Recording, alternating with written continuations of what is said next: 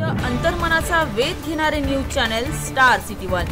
राज्यातील आणि देशातील राजकीय घडामोडी पाहण्यासाठी आणि इतरही बातम्या पाहण्यासाठी सबस्क्राइब करा स्टार सिटी वन। की या निवडणुकीच्या गोष्टीमध्ये, या निवडणुकीच्या काळामध्ये स्वराज्य रक्षक संभाजी ही मालिका बंद होणार का? त्याच्यावर मी उत्तर दिलं, दूरचित्रवाणीच्या इतिहासात पहिल्यांदा छत्रपती संभाजी महाराजांवर मालिका करण्याचं धाडस कुणीतरी करतंय आणि आता जर ही मालिका बंद करण्याचा कुणीही प्रयत्न केला तर त्याला महाराष्ट्र माफ करणार नाही, एवढा आत्मविश्वास मला आहे।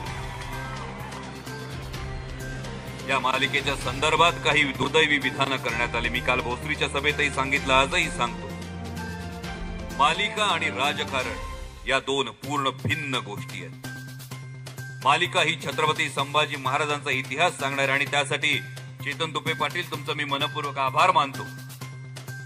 कारण हडपसर विधानसभा क्षेत्रात आल्यानंतर मला कुठेही फ्लेक्सवर महाराजांच्या वेशभूषेत माझा फोटो दिसला नाही, याबद्दल मी तुमचा आभार मानतो।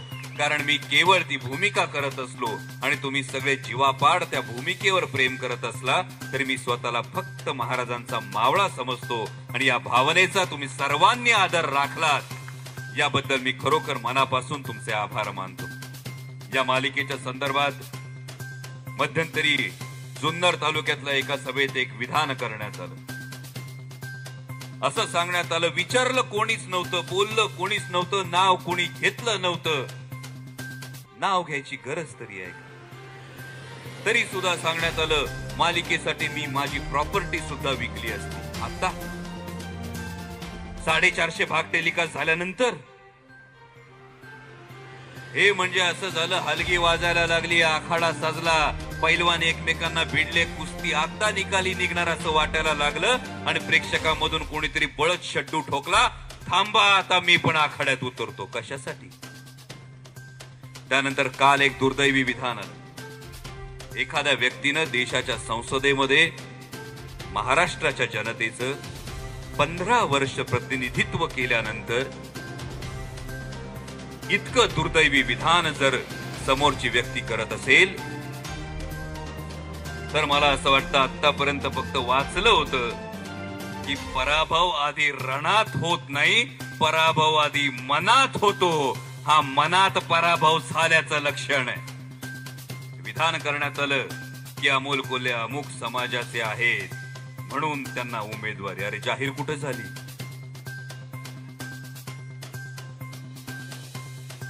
जेव्हा भीत्यापाठी ब्रह्मराक्षस असं म्हणतो त्या दृष्टीने ही काहीतरी विधान केली जात असावीत, पण हे अत्यंत विधान मला विदारक अशासाठी वाटलं की नंतर त्याच्यावर सारवासारव करण्यात आली। मी शाहू फुले आंबेडकरांच्या विचारांचा पाईक आहे। मी शाहू फुले आंबेडकरांच्या विचारांचा पाईक जेव्हा तुम्ही स्वतःला म्हणवता तेव्हा शाहू फुले आंबेडकर यांचं नाव घेत असताना त्यांची विचारधारा तुम्हाला माहित आहे का?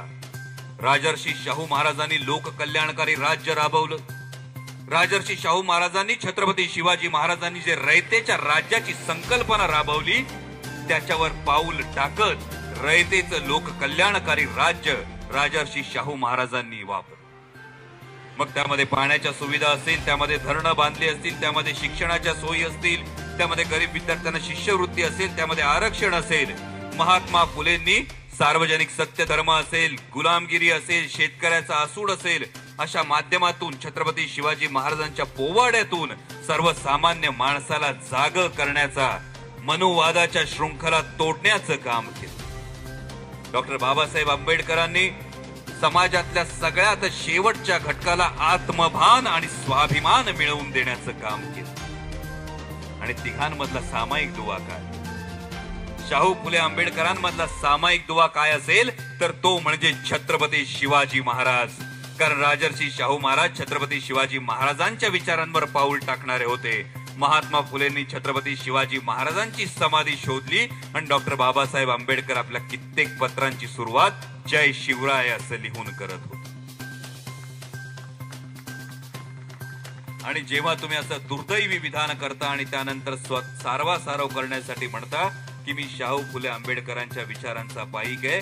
एकदा घरी जा, आरशात उभे राहा, आरशात उभे राहून स्वतःलाच विचारा, ज्या छत्रपती शिवाजी महाराजांनी या महाराष्ट्राच्या मातीत 18 पगड जातींना एकत्र करून जाती धर्माच्या पलीकडची ओळख दिली, मावळा.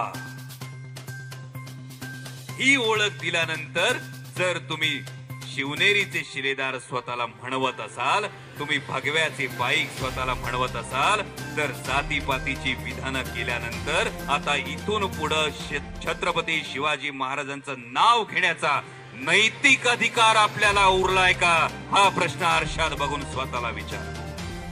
आणि कुठं इकडं तिकडं जाऊन विचारायची गरज नाही. अमोल कोल्हेची जात काय? अमोल कोल्हेची जात 3 अक्षरी आहे, मावळा.